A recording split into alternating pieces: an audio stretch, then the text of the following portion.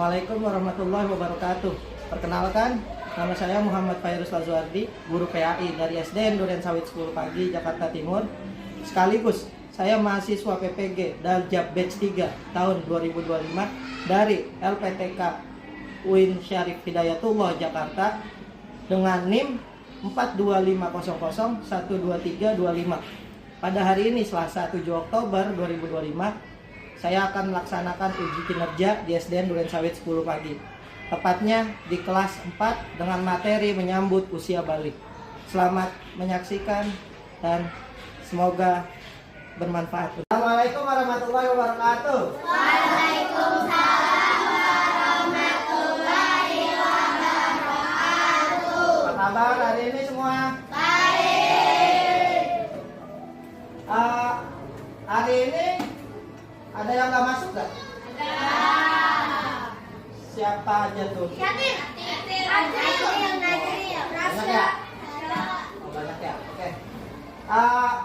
Pada kesempatan hari ini Bapak ingin menjelaskan kepada kalian mengenai menyambut usia balik, supaya kalian paham bagaimana tanda-tanda balik, bagaimana cara menghilangkan atau menghindari ibadah-ibadah saat kamu balik dan yang lain-lainnya. Nah, tapi sebelum itu kita alangkah baiknya berdoa dulu sebelum kita memulai pelajaran. Yang mau mimpin doa, ketua kelas mungkin. Yap, maju. Boleh disiapkan.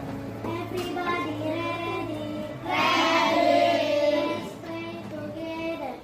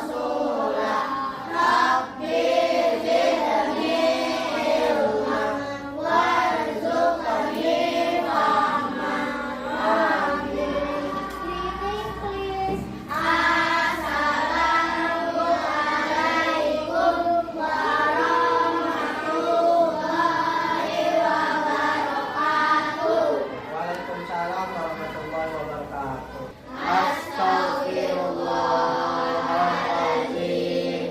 Astagfirullahaladzim.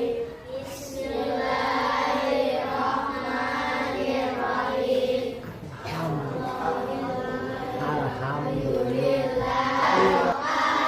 Waalaikumsalam warahmatullahi wabarakatuh. Baik. Pada pembelajaran hari ini kita memasuki bab 4 tentang menyambut usia balik. Ada yang tahu balik itu apa? Kedewasaan. Tapi ada dua pengertian. Balik itu ada dua sisi pengertian. Ada yang dari segi bahasa, ada yang dari segi istilah. Nah, yang tadi disebut Emir dari segi istilah. Oke. Untuk mempelajari lebih lanjut, Bapak akan menjelaskan lewat video berikut.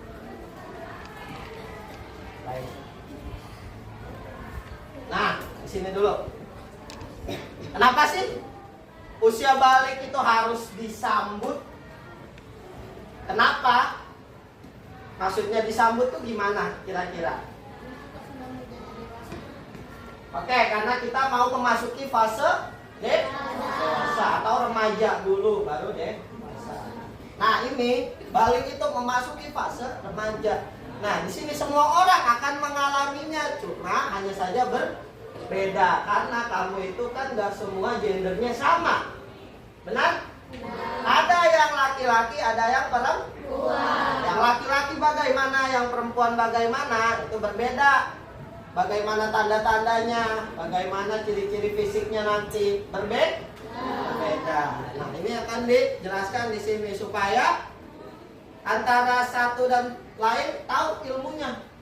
Bagaimana nih perbedaannya, bagaimana bentuk fisiknya, bagaimana bentuk mentalnya kalau sudah selesai balik atau nah nih, ini adalah fase-fase di mana kamu mengalami yang nanti namanya balik.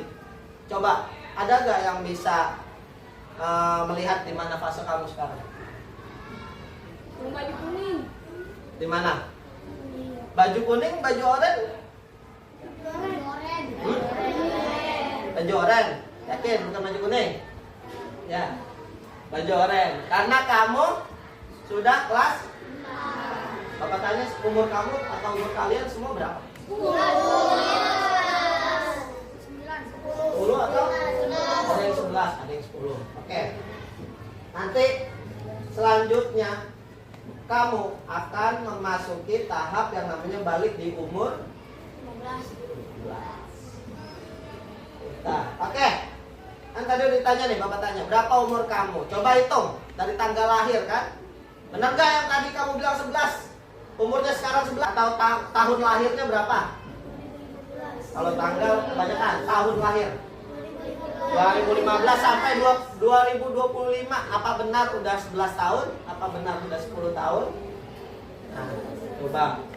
Nah, terus dari segi apa lagi ya kamu mengalaminya?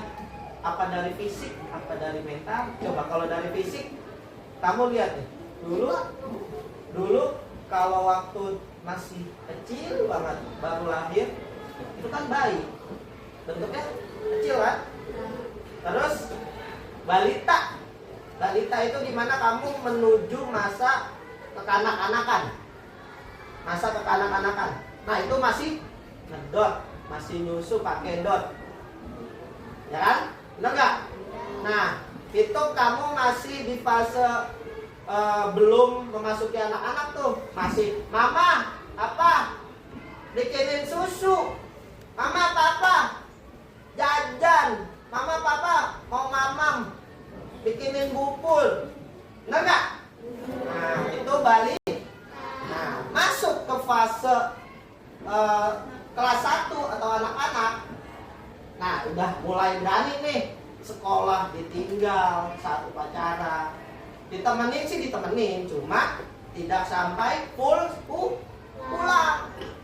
Upacara harus ditinggal. Kalau kata guru-guru kamu kan memberanikan diri, jangan sampai kamu nanti kebiasaan ditemenin orang tuh. Jangan sampai jadi anak manja. Nah, itu dia. Itu dia dimana fase kamu nanti akan tumbuh menjadi dewasa. Dimulai dibiasakan dari kegiatan-kegiatan kamu juga. Jangan dibiasakan lepas dari kegiatan orang tua. Jangan mengandalkan orang tua juga. Nah, lanjut. Setelah anak-anak kan juga masuk lagi ke kelas 4 nih. Kelas 1, kelas 2 masih sama. Kelas 3 masih sama. Kelas 4. Nah, kelas 4 nih udah mau masuk tahap. Makanya Bapak bilang di sini menyambut. Nanti kelas 5 dan kelas 6 kamu akan mengalaminya secara langsung. Itu. Tanpa kamu sadari, nanti ada tanda-tanda baliknya dan kamu akan merasakan sendiri. Nah. Oke, lanjut. Nah, ini dia nih, balik tadi. Balik itu apa sih? Nah, ini kan secara bahasa. Tadi yang Emir jelaskan secara istilah. Nah, kalau secara bahasa balik artinya sampai. Maksudnya sampai apa? Bukan sampai kamu naik kendaraan sampai tujuan, bukan. Kamu sampai di mana fase kamu akan memasuki masa-masa dewasa. Nah, ini secara bahasa. Lalu secara istilah. Secara istilah artinya kedewasaan yang tadi Emir sebut.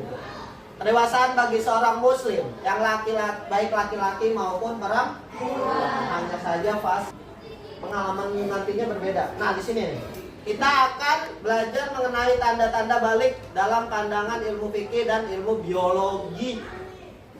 Fikih dan biologi beda tuh, ada dua segi ilmu, fikih dan biologi. Serta kewajiban pada usia balik. Kamu kalau udah balik wajib apa aja sih yang harus dilaksanain? Dari segi ibadah, dari segi, nah itu nanti kamu lihat sendiri di penjelasannya. Oke, lanjut. Nah nih, ini tanda-tanda usia balik menurut ilmu biologi.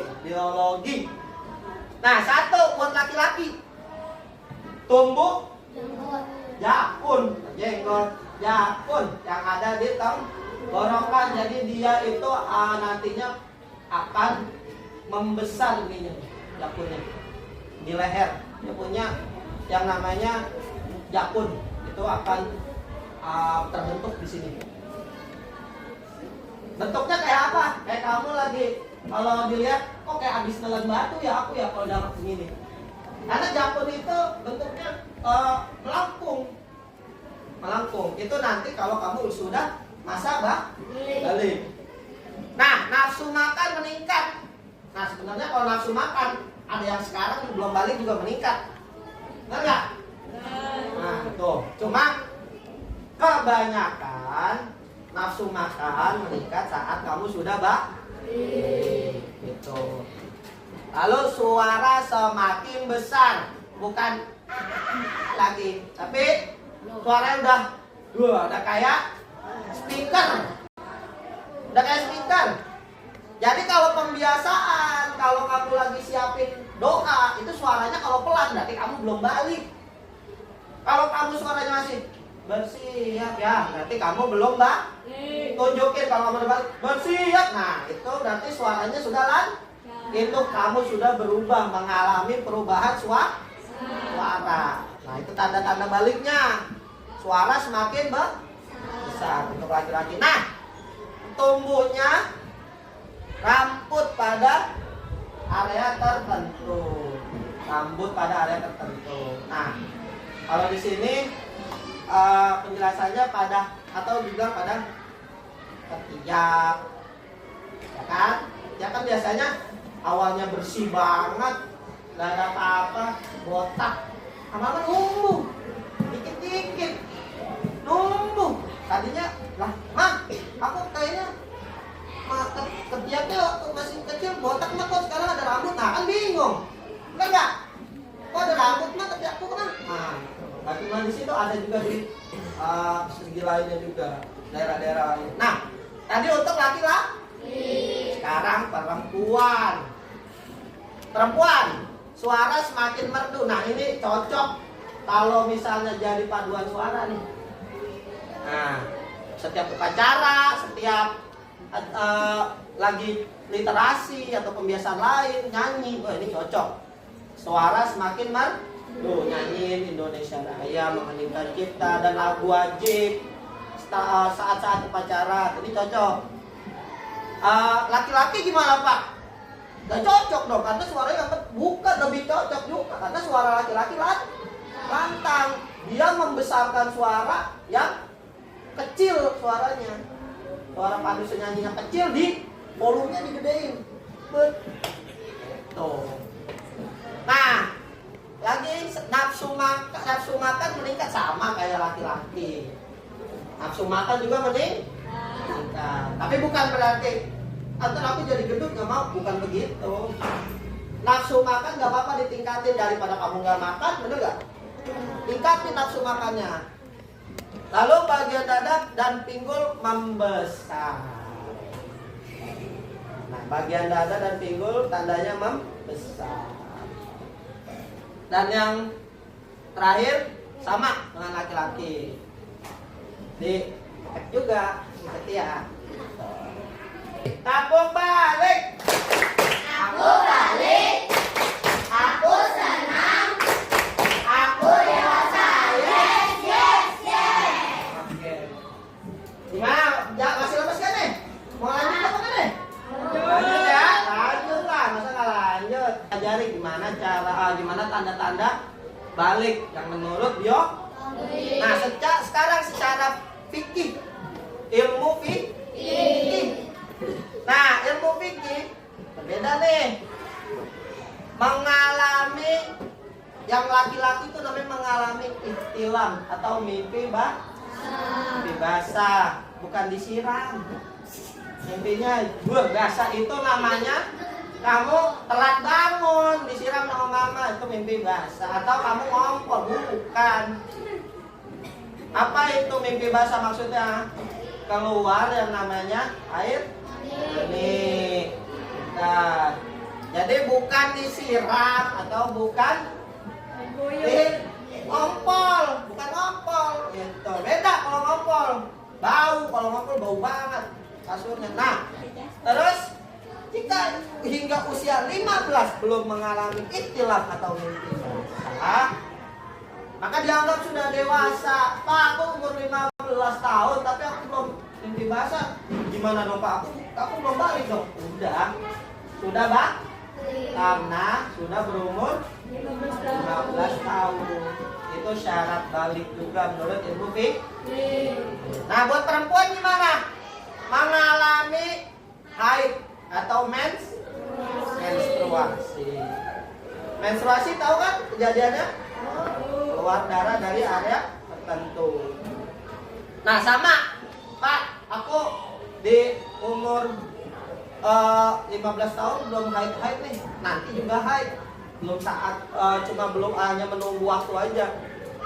Nanti mungkin di umur 16, di umur 17 kamu akan mengalami haid. Tapi gimana Pak? Aku juga belum ini dong dinyatakan balik.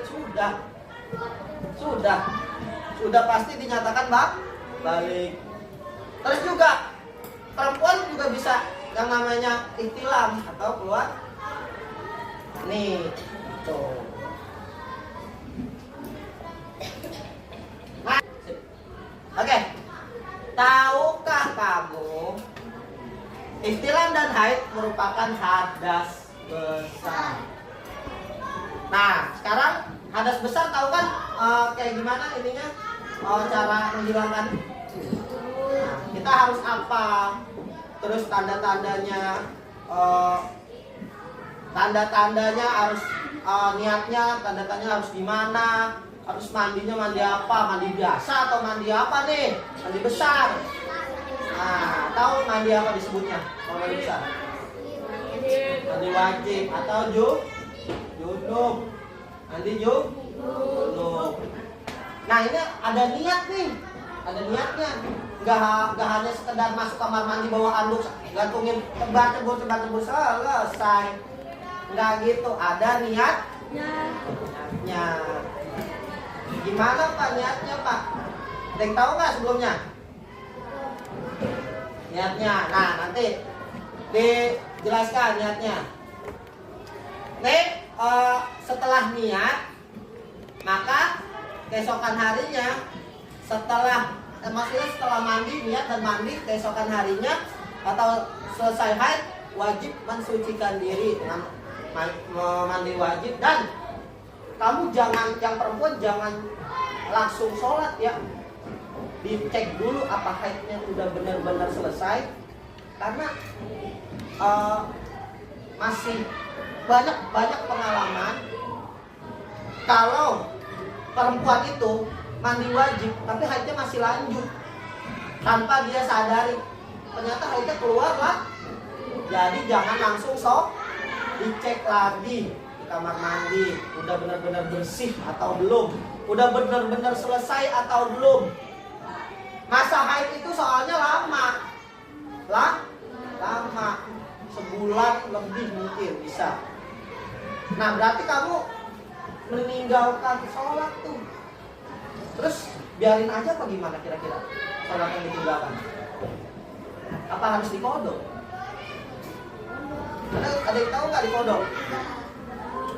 Ada yang tahu nggak? Ada yang tahu nggak kodok? Kodok itu mengganti sholat-sholat yang kamu tinggal. Contoh, kamu selama haid, zuhur, asar, maghrib, isya, subuh, kan nggak sholat tuh sehari. Itu dikodok setelah haid kamu selesai. Jangan malas. Kan kamu tahu satu kali sholat hukumannya berapa lama di neraka. Paham? Harus diganti secepatnya. Zuhur, asar, maghrib, isya itu dikodok masing-masing dari sholatnya. Paham? Jadi biar nggak punya utang sama Allah. Kamu meninggalkan ibadah yang kamu alami setelah haid. Kamu meninggalkan ibadah, kamu berarti punya utang sama Allah. Kamu bayar karena utang itu harus dibayar, nggak boleh ditinggalkan. Nah, ini ada pengertian yang namanya mukallaf. Tahu mukallaf? Mukallaf itu orang yang sudah mengalami balik. Disebutnya mukallaf, yang artinya orang dewasa, wajib. Tadi Bapak bilang wajib. Jadi kalau udah mengalami yang namanya balik, sholat, puasa, apalagi ngaji juga nggak boleh ditinggal. Kalau kamu ninggalin ngaji aja, kamu nggak ngaji nih, main sepeda, main bola, main layangan. Tahu nggak ilmu tentang sholat? Tahu nggak ilmu tentang puasa? Kalau nggak ngaji, gimana cara kamu ntar sholat? Gimana cara kamu nanti puasa? Kalau nggak tahu dari ngaji, benar nggak? Nah, karena nggak tahu dari ngaji itu, kamu nggak sholat, kamu nggak puasa, akhirnya dosa apa pahala yang didapat? Dosa. Jadi semuanya jangan sampai males melaksanakan ngaji. Ilmunya itu fikih didapat dari ngaji, awal pengajian. Dijelaskan oleh Pak Ustadz kamu gimana ilmu fikih ini, ilmu fikih itu. Haid gimana Pak? Kamu nanya di pengajian, Pak aku haid tapi aku belum selesai nih. Apa aku harus kodok sholat yang aku tinggalin selama aku haid? Tanya gitu. Kalau yang laki-laki, Pak aku tiba-tiba keluar air tapi bukan tipis dari maluanku Pak, kira-kira itu air apa ya? Nah, tanya aja di pengajian, itu gunanya kamu mengaji. Lalu tanya lagi, terus sholat yang aku alamin gimana Pak? Harus ditinggal, dikodok atau gimana Pak? Selama sholat yang ditinggal itu pasti harus dikodok jawaban dari Pak Ustadz kamu, karena nggak boleh namanya sholat wajib ditinggal, nggak boleh. Jadi mukallaf itu tadi apa? Orang yang dewasa dan harus melaksanakan apa? Perintah-perintah Allah seperti sholat, ngaji dan puasa. Atau yang lain-lain juga wajib.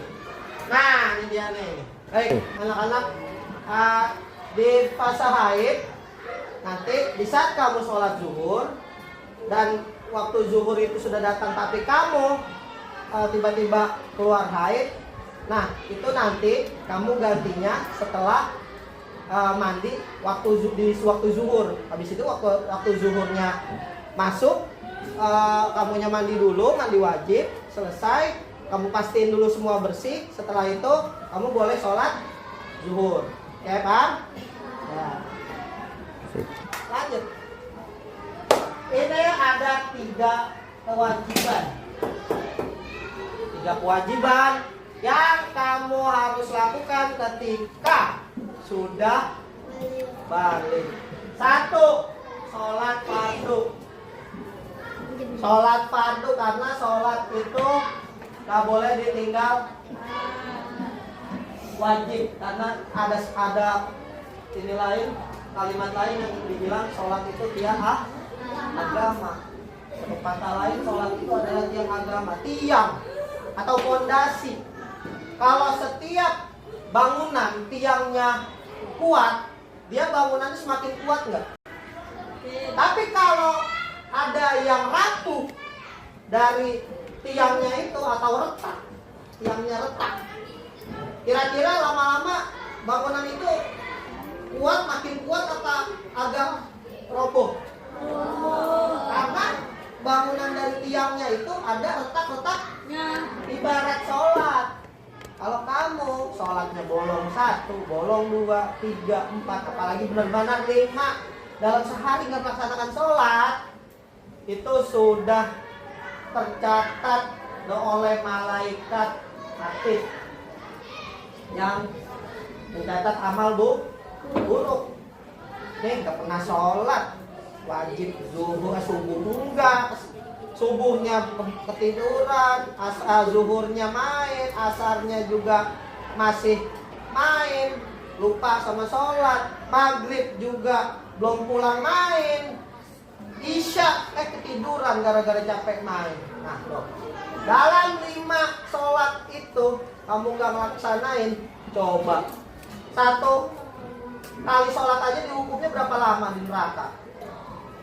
500 dikali, silakan kamu bayangin, mau nggak kira-kira? Lama banget di situ di neraka. Pak, tapi kan kita kalau kebakar ntar nggak ada lagi. Wih, Allah itu maha menciptakan segalanya. Kalau misalnya Allah mau mengulang lagi, silakan kamu dihidupin lagi, diceburin lagi, hidup ceburin. Apalagi bahan neraka adalah batu dan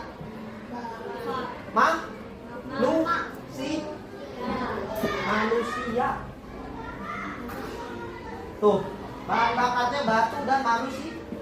Jadi jangan sampai lengah di sholat wajib, jangan. Kalau perlu kamu tambah di sholat sunnah supaya menambah apa? Paham? Nah, nih yang kedua, menutup aurat bagi yang perempuan nih, khususnya nih perempuan kan memakai kerudung. Nah ini sering-sering nih, harus sering-sering pakai kerudung, dibiasakan. Jangan diumbar-umbar rambutnya, jangan dipamerin kecantikannya itu lewat apa? Lewat kerudung. Itu dalam Islaman begitu, dipamerkan kecantikannya lewat kerudung. Enggak, kamu nggak bakalan dibilang aneh, enggak, kamu malah makin cantik kalau pakai kerudung. Nah, yang laki-laki juga kalau sholat jangan pakai celana yang udah sobek, karena auratnya kelihatan. Itu kalau pakai celana yang udah sobek, sah nggak sholatnya? Enggak. Terus udah gitu dia lupa lagi pakai sarung. Harusnya dia enggak, ada yang wah celana sobek lagi, pakai sarung biar auratnya nggak kelihatan. Harusnya dia begitu, tapi dia lupa. Secara berarti dia melaksanakan sholat dengan aurat yang terlihat. Apakah gitu boleh? Nah, yang ini yang terakhir, yang tadi Bapak bilang, menuntut ilmu agar Allah tinggikan derajatnya. Itu yang Bapak bilang tadi, sering-sering mengaji, pengajian. Paham? Sebelum kita tutup, Bapak ada tugas dulu nih. Bapak ada tugas. Bapak ingin tahu nih bagaimana pemahaman kamu tentang yang tadi Bapak jelaskan mengenai balik. Kita bikin tugas berkelompok aja. Sudah dibentuk kan kelompok? Sudah. Ya, oke. Bapak bagikan ya semua ya. Dilihat, disimak soalnya baik-baik, jangan sampai ada yang tidak terisi.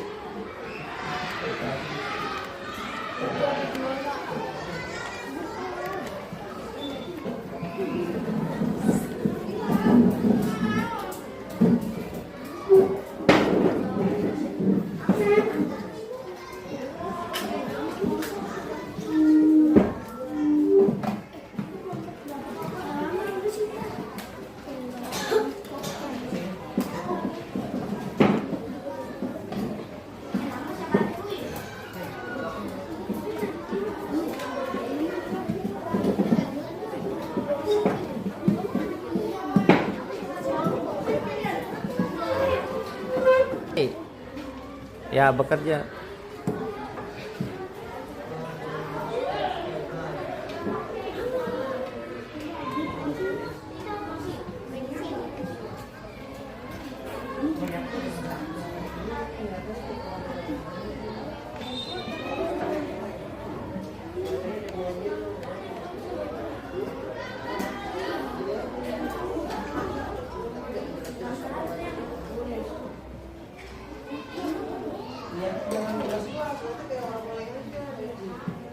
Kayak orang mikir mungkin ya. Apa ya?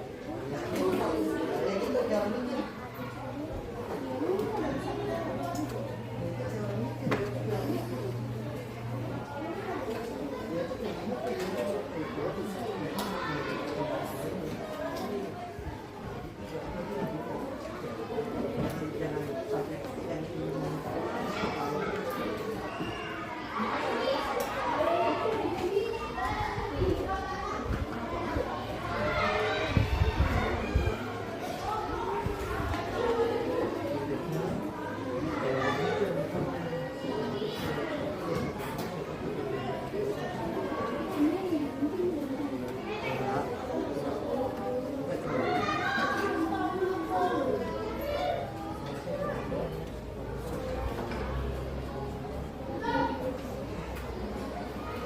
Balik itu apa tadi?